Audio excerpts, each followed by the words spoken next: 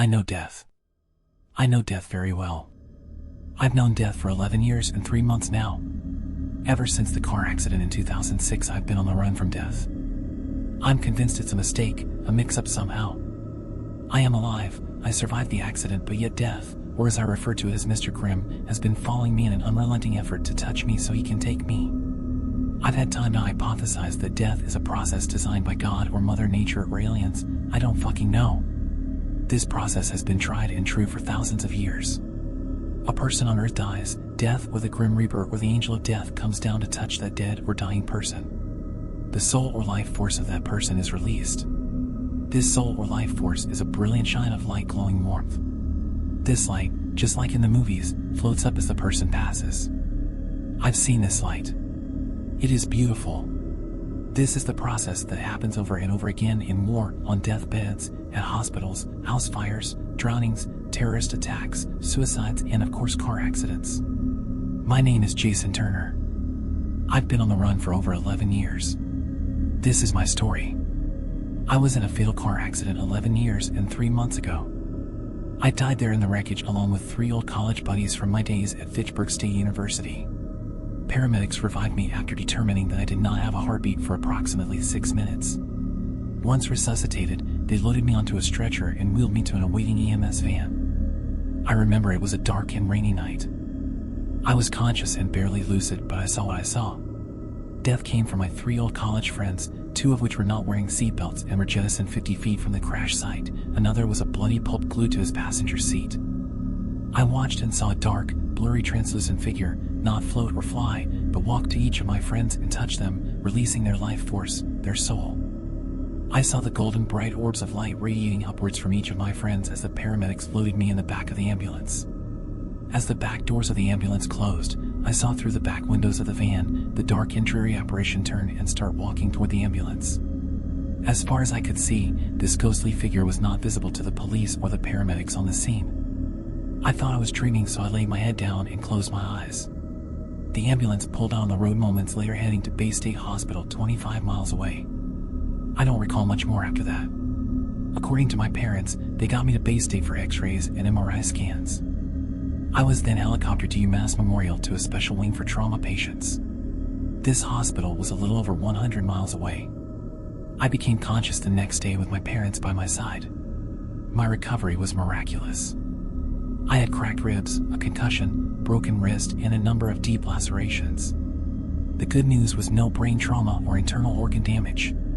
All things considered, I felt pretty good for being dead for 6 minutes, and I was fairly lucid even after the sedatives and painkillers were administered. I can remember my mom spoon-feeding me some applesauce and raising me up so I could sip on a straw. My dad sat on my left side giving me updates on the Red Sox. They were kind enough to go to my apartment and bring me a change of clothes. That's when I found out from my parents that a drunk driver was the cause of our accident. The next day they raised up my bed so I can look out the window and check out the beautiful spring day below. My room was on the 6th floor of the hospital. The view showed me the backdrop of the city of Worcester, Massachusetts. I saw busy streets in the background with a nice park sprawling with green grass, playscapes for the kids, and picnic tables. It was a beautiful day, so many people were in the park. Down below my window was the hospital courtyard where many hospital workers, along with some patients with family, were out eating their lunches and soaking up the warm May sun. Across the street I saw that same blurry apparition that I thought I dreamt about.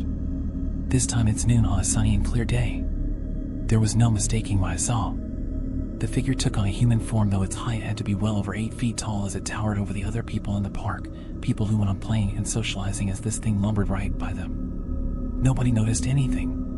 The pace of this ghostly figure, Mr. Grimm, was eerie.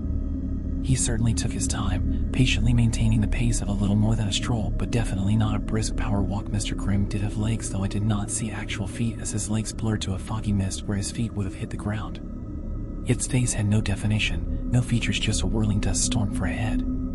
It was constantly changing and always swirling around, never taking on a static shape. There was no noticeable hood or shroud over its head as noted in ancient folklore.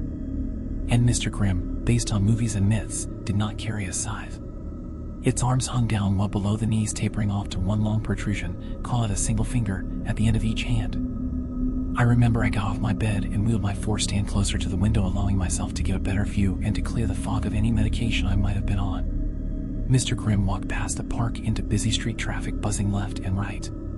The cars plowed right through him as if he were invisible. Mr. Grimm walked onto the hospital grounds, approaching the hospital workers lazing on the grass or sitting on picnic tables eating their lunch. I watched with morbid fascination. Nobody took notice.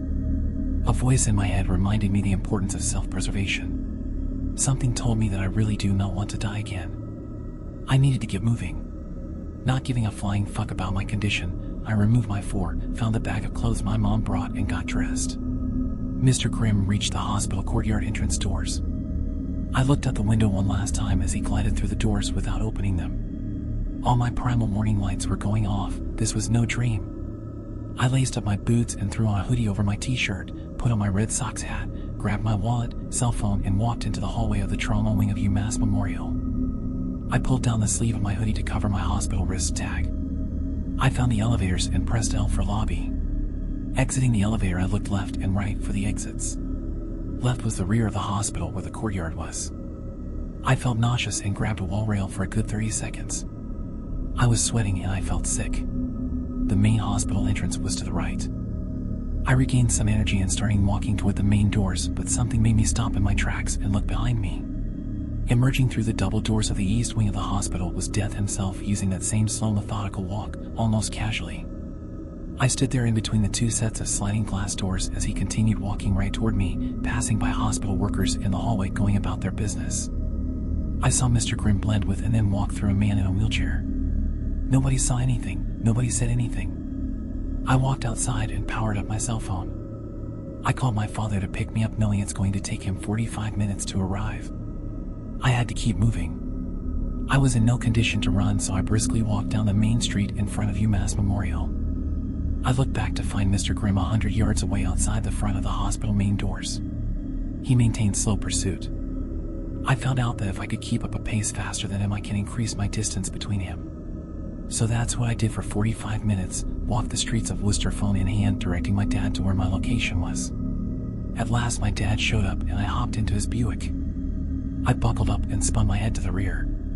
Mr. Grimm was nowhere to be seen. After answering a barrage of questions from my dad, I managed to close my eyes and dozed off for the 50-mile drive to my parents' house on Belmont Street in Sturbridge. I tried to get much-needed rest at my parents' house, but my head was whirling from what was supposedly chasing me. My pain meds were wearing off, so my body was achy and sore. I did manage to get some intermittent sleep during the night, but I swore I must have woke up every hour looking out the bedroom window. Waiting for what? I tried to explain what I saw to my parents, but they pretty much shushed me and told me that I needed rest. They reminded me of the crushing loss and trauma that came with the accident, losing 3 close friends and nearly dying myself. They both urged me to lay down and rest. Maybe I was imagining things because of my concussion. But all those rational reassurances flew out the window when my creeping friend returned to my parents' street the next morning. After breakfast, I gazed out the living room window to check the weather conditions. It was there when I saw him. Mr. Grimm was 200 yards away down the end of Belmont Avenue. I walked outside and stood on the lawn looking down the street. Yes, there he was, shuffling his feet, taking his goddamn time. I called for my dad and he came outside and stood on the front lawn with me looking down the street. "Dad, look down the street and tell what you see," I asked. "What?" He paused to look at me, then moved his gaze down the direction I was looking. "Okay, I see kids on bikes, Mrs. Flanagan walking her dog on the sidewalk, a car," answered my dad. I watched as the 3 kids on bikes zigged and zagged around Mr. Grimm, unknowing that death was in their path. "Dad, look. You don't see that large thing, a dark figure walking down the middle of the fucking street?" I asked. "Jason, let's go inside and get some rest," he said in a consoling their fashion. "Can you bring me to my apartment?" "Like right now?" I pleaded. "I don't know, Jason. Maybe that's not a good idea right now," answered my dad. After hearing me start to freak out, my dad relented and agreed to bring me to my apartment in Newton, 55 miles away. As we pulled out of the driveway, I looked back to see Death just 3 houses away, still walking steadily in the middle of the road. When I got to my apartment, I felt I had some time. I felt safe for the moment, until Mr. Grimm tracked my location. Crazy at the time, but that's what was going on in my head. I grabbed 3 Advil and a late morning beer and sat down at my kitchen table. I grabbed a pad of lined paper, a pen, and a calculator. I need to get this down on paper to better understand it. That's when I worked out the math. This angel of death, can only walk when he's after a soul to release. Can't fly or float, take the subway or teleport. Mr. Grimm walks. He walks a little slower than a typical brisk walk, which is an average of 3.2 miles per hour, so I estimated Grimm walks probably close to 2.4 miles per hour. The distance from the accident site to Bay State Hospital is about 25 miles, which takes 10.4 hours to walk at a pace of 2.4 miles per hour. I was in Bay State only about 6 hours before they live flighted me out of there to UMass Memorial. I didn't see Grimm at that time, but I bet he was close. Now the distance between Bay State and Memorial is 103 miles, which would take about 43 hours to walk. On my second day of recovery at UMass Memorial, I saw him across the street walking through the park. My total time at Memorial could have been a total of 36 to 40 hours. I couldn't recall exactly at that time. Then I calculated the distance from Memorial, where my dad picked me up, to my parents' house in Sturbridge. It is approximately 50 miles, which equates to 20.8 hours of walk time. I saw Grimm on Belmont Street the next morning around 9:30 a.m. while at my parents', which kinda made sense because my dad brought me back to his house at 1:30 p.m. About a 20-hour time span. Now from my parents' street to my apartment in Newton is about 55 miles, which would take 23 hours to walk.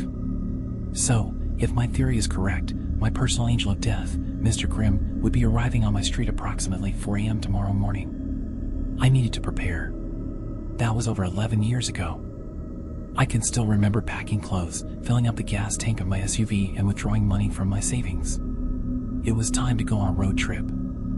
I called my manager to tell him I needed time to recover from the accident and attend services for my college buddies. After all the preparing, I set my alarm to allow time for a goodly afternoon nap.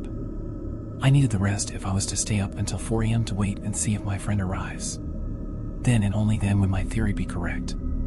It was risky, but I had to know exactly how to play this game. I woke from my nap probably around 6 p.m. I had dinner and started tanking up on coffee as I needed to stay awake through the night.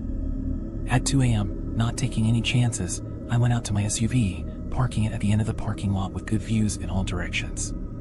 Street lights and overhead parking lot lights gave way to good visibility.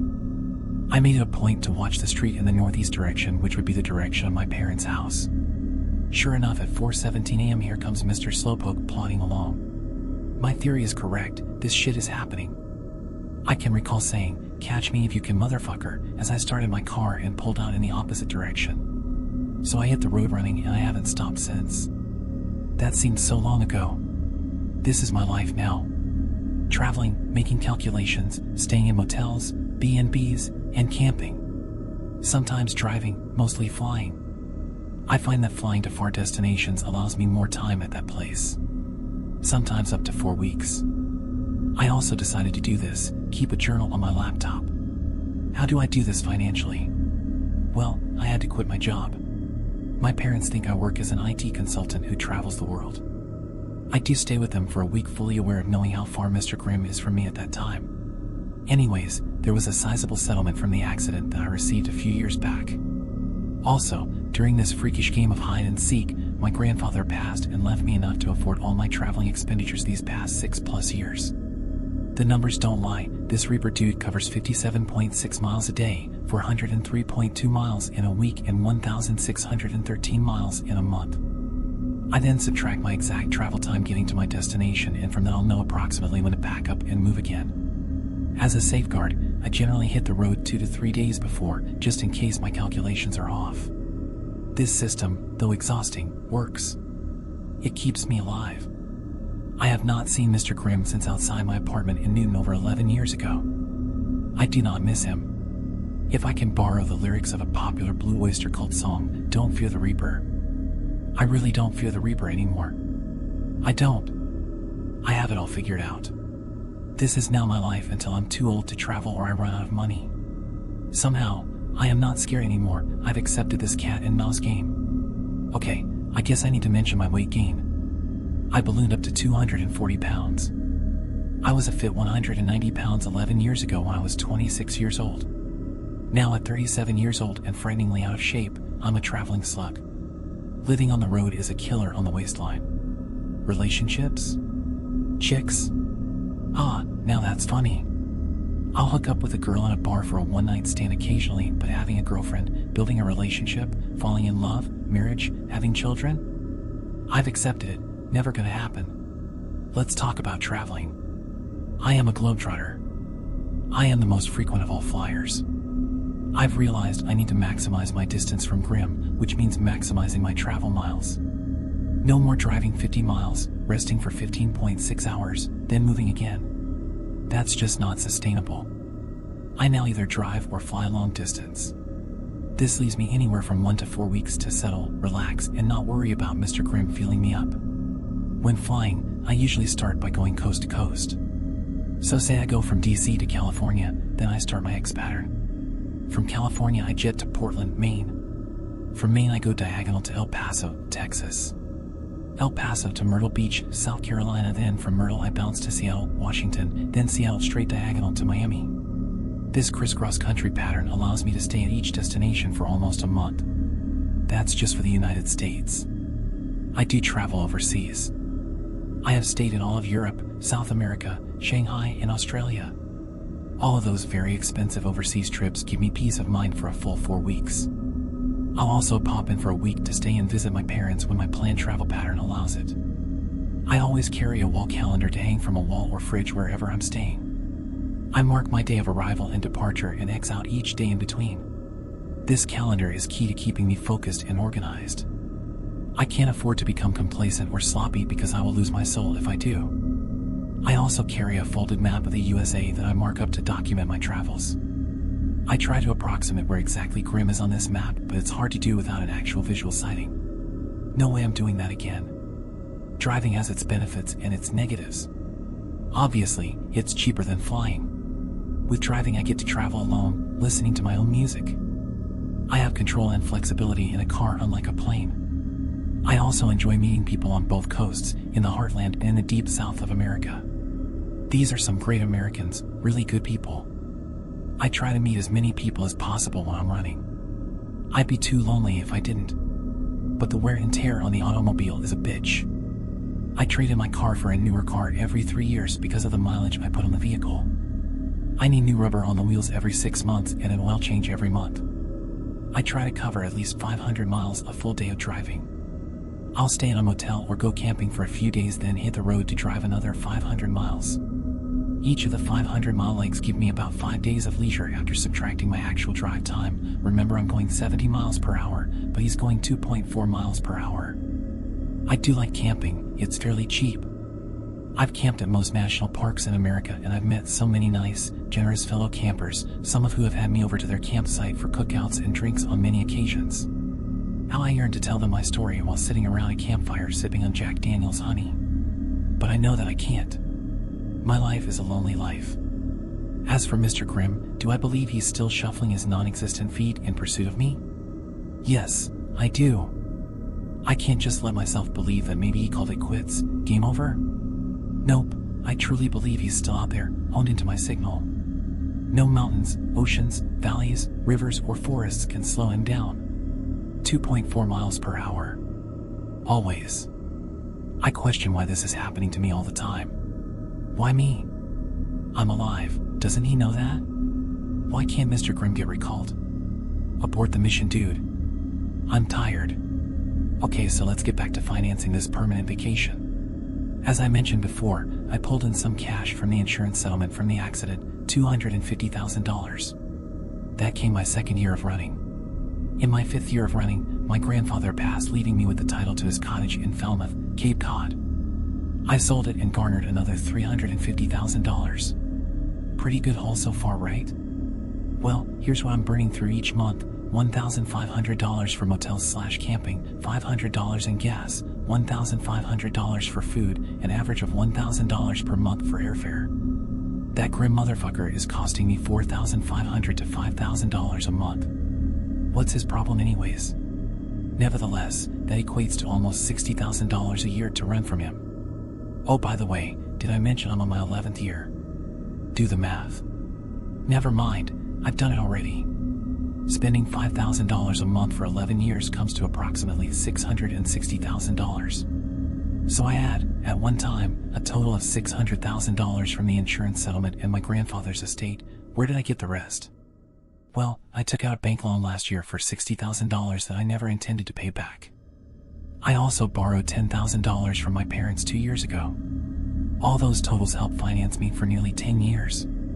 I'm into my 11th year and I now have a total of $5,755 in my savings. I don't know what I'm gonna do. What do I do when the money runs? Where can I go? Nobody will believe me. Do I just toss in the flag? Mr. Grimm, you win? I recently discovered something that brings me hope and optimism. I now feel that I have a purpose. I am not giving up. I stumbled upon it quite by accident. I can't describe the wonderful feeling that has come over me. This, if it's true, will keep me going. I found out there are others like me. Granddad is dead at the dinner table.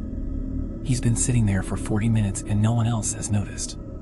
He's still wearing the pink paper hat that came out of his Christmas cracker, and he's smiling at me. I'm 8 years old when this happened. We've just finished Christmas dinner and Mom is busy clearing the plates away, while my dad and sister are in the lounge arguing about what film to watch next.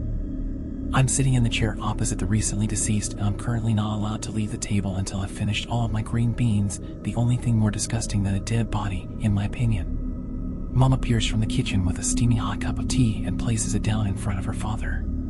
"There you go, Dad," she says lovingly, followed by a kiss on his wrinkled cheek.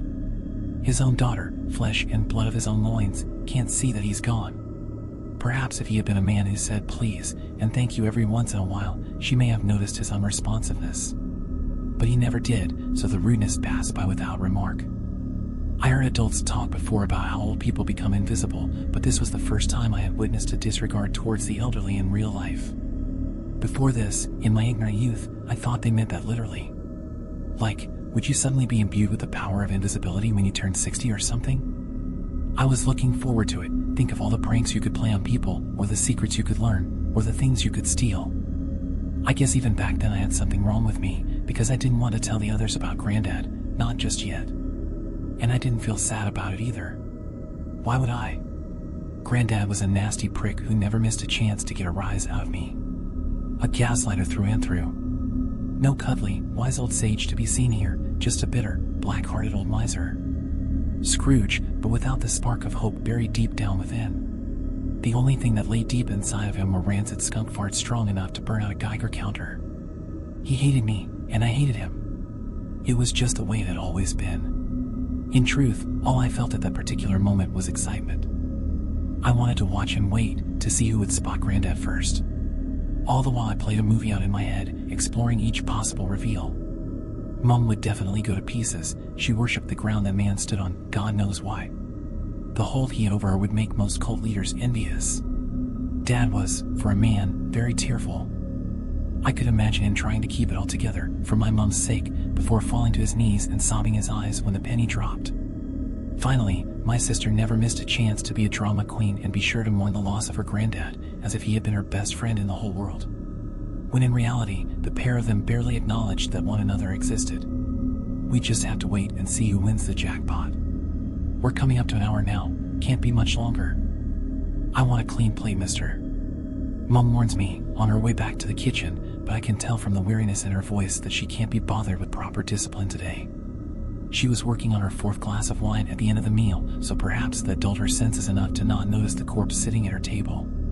Anyway, she'll soon cave to my stubbornness, and then I'll wolf down 3 portions of trifle before the Queen's speech has started. You could set your watch by her lack of parental consistency. I do hope they don't notice Granddad until I've had my trifle. That would be annoying. Speaking of the old devil, he was looking like one of my action men now. It was surprising to me just how quickly the dead turned into wax. His whole skin had drained into a creamy white mass. I see that same color every week when I walk past the cheese counter at the supermarket. I thought about taking my knife and seeing if I could easily push it through his fingers to reveal the boneless, bloodless rubber within. Instead, I settled for jamming my fork underneath the nail of his index finger. When I first noticed he'd stopped breathing, I'd kicked him hard in the groin a few times to make sure he really was gone, but it didn't hurt to double check. The prong seeped into the fingertip a couple of centimeters, then hit the bone and stopped. "Take that, you old shit," I whispered to myself. "That's for every time you pretended you couldn't hear me and yelled, 'Speak up, boy,' right in my face, covering me in your acid spittle. For all the times you tripped me up with your cane and then laughed your rotten self silly with amusement. And for the farts, those fucking farts. Always had one on standby for me, didn't you? Ready to unleash from your ancient bowels whenever I had to pass you in the corridor. And then to top it off, you blame it all on me. All my friends' granddads showered them with loving gifts, took them to the park for a kick around, taught them carpentry, or showed them how to fix cars.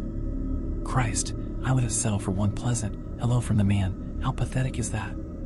Thinking about it, the first genuine smile he ever shown my way was the one he had plastered on his dead face right now. Everyone else in my family was either somehow blind to his arseholeness or just too scared to argue back. Any complaints I made were always written off as me being too sensitive. I twisted the fork clockwise and in doing so, nursed his fungus-ridden nail away from its bed.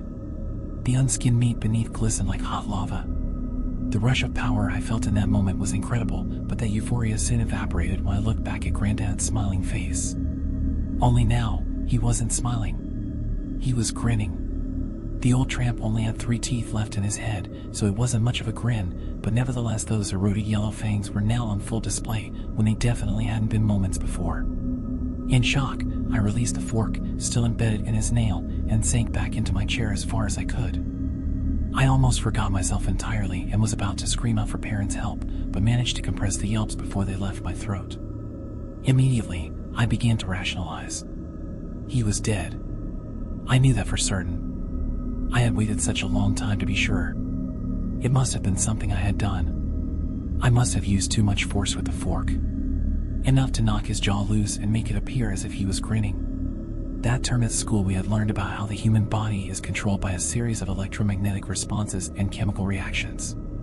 Maybe I hit a dimly functioning nerve ending which made his mouth twitch. Or perhaps random body movements were all just part of the decomposition process?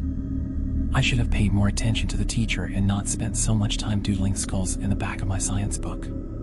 But these theories were overshadowed by a bigger question, one that had been playing on my mind ever since I noticed that the cantankerous shitbag had popped his clogs. What was he even smiling about? What thought could have passed through that cesspit of an organ he called a brain to induce such glee before the lights finally went out? If it was enough to make him smile, I'm sure I don't want to know. Maybe the bastard just wanted to give me one last scare before he left this earth? The fear left as quickly as it had arrived, and now I'm grinning right back at him. Soon I had to cover my mouth to stop the sound of my laughter as a joke popped into my head. "Hey, Granddad, maybe I should speak up, boy? Let everyone know that you're worm food?" But no, I won't. I'm staying stum. You can sit there and rot for a bit longer. I look back at the fork sticking out of his mutilated finger and see 3 small bloods leaking onto the tablecloth. Soon a small stream began to stem from the finger and I cursed myself for getting carried away in my revenge. If anyone saw the blood, the game would be up too quickly and I'd also get done for desecrating a corpse. Advertisements. I had to get rid of the evidence. I checked my peripherals. Mom was still dossing about the kitchen and I could still hear my dad and sister voices reverberating from the lounge. The film choice argument was still not resolved. I yanked the fork from Granddad's finger, releasing a spurt of pressure. Then I flicked the fork over and scooped the prawns underneath Granddad's veiny wrist. Using all my strength and many years of practice playing arcade claw games, I raised his hand up and dragged it over to the right until it was hovering directly above the still boiling hot cup of tea. Then, with all the precision of a magician's tablecloth trick, I whipped the fork out from beneath his wrist and sent his bleeding hand tumbling into the boiling bath below. My plan worked surprisingly well. His old shrunken fingers were just the right size to fill the depth of the cup without knocking the whole thing over. Only a few drops of tea shot over the rim and splashed onto the dinner table. As the steam rose up from the cup, it perfumed the air with a new smell of macerated flesh, which still smelled better than green beans.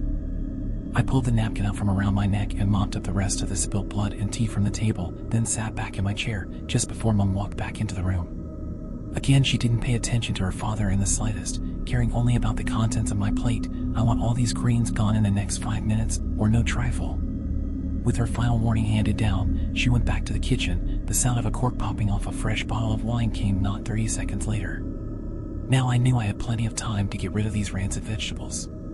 And for once, Granddad was going to be of some use to me. I slid off my chair, grabbed the beans from my plate, and then stuffed them into his cold mouth. They slid with ease over his toothless gums. It was the easiest hole in one I've ever had in my life. But even sitting down, he was still a lot taller than me, so I could only get them in so far. I took a moment to observe and record this image fully in my memory. He really looked quite the sight. The green tendrils dangling from his mouth made it look like he had some kind of alien creature bursting out of him. I took my trusty fork again and pushed the rest of them all the way to the back of his throat until they disappeared from sight. Then I punched his mouth shut. The force of the uppercut made his pink paper hat slide down over his eyes, and somehow his mouth formed back into a smile. "Mom, I'm finished," I shouted with savored glee. "Okay, dear," she replied, the alcohol already breaking down her words into their bare vowels. And with that, I leave Granddad, blinded, gagged, and all alone. I cast the winning vote in the film choice, Muppets Christmas Carol, the only real choice. The Muppet had just finished their opening musical number about Scrooge when Mom's scream sent us all jumping to our feet. My dad and sister barrel into the dining room. I file dutifully behind them, trying to build up some tears in order to look suitably distressed. Once in the room, the three of them break into a state of panic. Soon, I join them. Granddad wasn't smiling anymore. He wasn't even sitting at the table. He was on the floor, with his hands around his throat. His cheese-colored skin was now a lively reddish blue. His arms and legs jolted on the floor intermittently, like how my toys did when their batteries were running low. Mom is on her knees next to her fallen father, sobbing, trying frantically to unlock her phone screen, but her hands are shaking too much from the booze and the stress. Dad takes action immediately. He dives to the floor and starts a half-remembered, fumbled version of the Heimlich maneuver on Granddad. The old man's bones break like breadsticks. Bless Dad for trying, but the kiss of life, it was not. My sister navigates to the furthest corner of the dining room and starts screaming incessantly, no bloody help as usual. Meanwhile, I quickly move over to the pile of vomit by the side of the table that no one has noticed yet and do my best to crush any visible green beans into the carpet with my heel. My heart somersaults in my chest as I watch Dad spend 10 minutes slamming his father-in-law's body around like a piñata before he admits defeat and starts bawling like a baby. "He's gone," my father announces, with no medical authority whatsoever. But it looks like he's right. Just like that, Granddad stops moving and turns back to wax. Mom still can't unlock her phone, so I take it from her limp hands and do it for her. Like all good children, I knew her passcode by heart. I'm pretending to dial 999, thanking God this is all over, when something burning hot wraps around my bare ankle. I look down and Granddad's eyes meet mine, sort of. They're full white, rolled all the way back to oblivion. He's holding me with his right hand, the scalded one. It's littered with broken boils that open and close like 1,000 hungry mouths. Blood from his ripped-off nail runs down my foot and in between my toes. He flaps his lips, but no sound comes out. Instead, he seems to suck the sound out of the room completely. It goes so quiet as I stare into those snowstorm scares that I think I must be dead too. Mom comes to my rescue. She pulls her father off me and blubbers some rubbish about how he needs to hold on and stay with us, but as soon as she lays him on his back, he's not breathing. Now his lungs have stopped, mine can finally start again. That last jump scare must have finished him off. For all the man's faults, you can't say he wasn't a fighter. Without me realizing, Dad had taken the phone from my hand and had made it through to the operator. He starts a frantic rundown of the situation, but then Mom barks at him to stop. She draws Granddad's arms over his chest and then buries her face into his hands, the universally accepted grieving pose of knowing that a person's life has come to an end. Then the crying properly starts. Her body bucks in great sniffling bouts. The dry hyperventilating accompanied by the shivering rush seems to shrink her body smaller and smaller. I go to place a comforting hand on her back, but before I make contact, she suddenly stops crying. Her head raises up. She's looking down at Granddad's hands with a puzzled expression on her face. Quickly, she turns his non-scalded hand over and removes something threaded in between the withered fingers. It's small, about the size of a postage stamp, and when she spins around to show us all, the mystery behind Granddad's final smile is revealed. I instantly recognize the colorful, crumpled piece of paper. It's one of the joke slips that came out of our Christmas crackers. Like most people, we never bothered reading that rubbish. Their only destination is the bin, but on this occasion it seems Granddad held onto his. Mom keeps staring at it, her eyes running over the tiny printed words again and again. Dad asks what it says, but she ignores him and continues to burn a hole in the paper. I snake behind her and thread my arms around her neck in a caring embrace, but of course, I just want to see what it says. Bizarreness followed. Question: what did Granddad say before he kicked the bucket? Answer: how far do you think I can kick the bucket? At the time, I noted the creepy coincidence, but I was certain that's all it was. I didn't think the old goat had one funny bone in his decrepit body, but it fits that if anything were to amuse him, it would be gallows humor, even rubbish gallows humor. Maybe that's why they make those jokes so terrible in the first place. They're designed to make you appreciate the good jokes all the more. Just like how a terrible person can make you value and cherish the nice people that you meet in life, basic human conditioning. Turns out I gave myself too much credit. Granddad was never smiling at me, he was smiling to himself. Amused by his own mortality, maybe even at peace with it, before he felt it starting to slip away from him. What else can a person do in that situation but smile? And then I went ahead and stuffed green beans down his throat. Well, it was an honest mistake. I figure now is the time for me to release some crocodile tears and bring the curtain down on this whole event. Dad embraces me and Mom with his sweaty arms.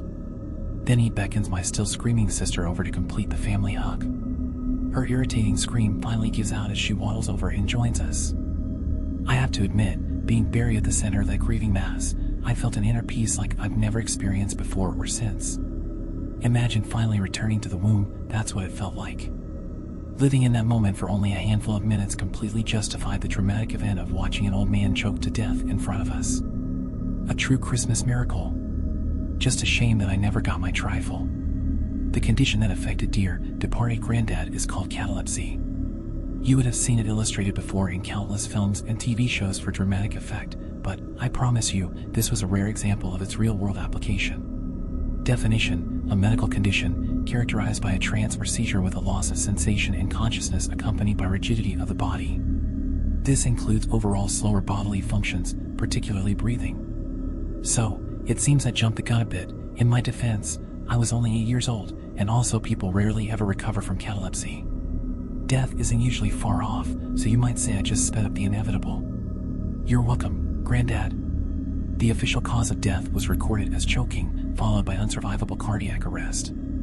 Luckily for me, the coroner attributed the injuries I inflicted upon Granddad's pelvis, finger, and face to my dad's clumsy life-saving attempt. Sorry, Dad, it was all wrapped up in a neat little bow, just like a rubbish joke inside a Christmas cracker. Mom doesn't really talk about that day, she blames herself too much. Now you don't often see her without a drink in her hand. When she's on a real bender, those dark thoughts she harbors in the back of her mind sometimes form into words and fly from her mouth. So strange he should choke. I'm sure his plate was empty when I took it away. Why, the only food left on that table was your green beans. And then she would give me a loaded stare, just for a second, before washing away any lingering suspicions she may have about her only son with another good glug of wine. Oh, what parents won't do for their children, eh? One small tradition does live on from that eventful day. Every Christmas since, we gather around that same table and raise a toast to Granddad's memory before tucking into our meal. No one ever wanted to sit in the chair Granddad died in, so Dad threw it away. Now this 6-seater table only has 5 chairs. I find the lack of symmetry rather disturbing, but not as disturbing as what happens next. For even though I did escape punishment, I have ended up paying for my sins. Be it real or purely physiological, all I know is how good and real it feels. The moment our glasses clink together, it starts. Sometimes it's an instant thing, over and done within 5 minutes, or, and what seems to be happening more frequently, the full torture can play out over a period of hours. "Speak up, boy," says the familiar gravelly voice that only I can hear.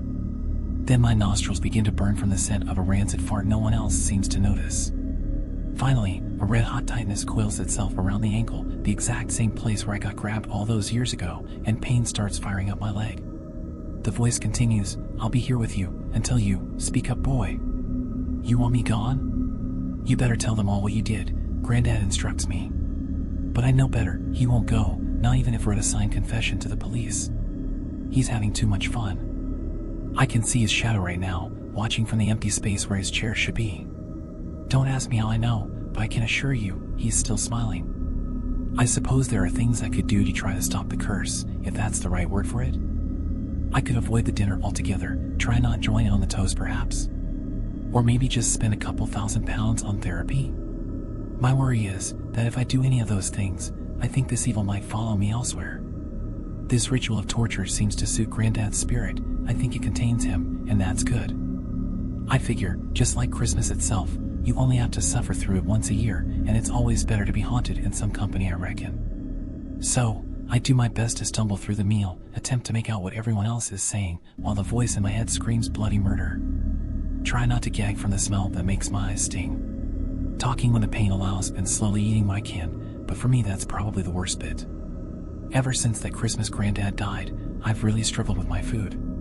You see, now everything just tastes like green beans.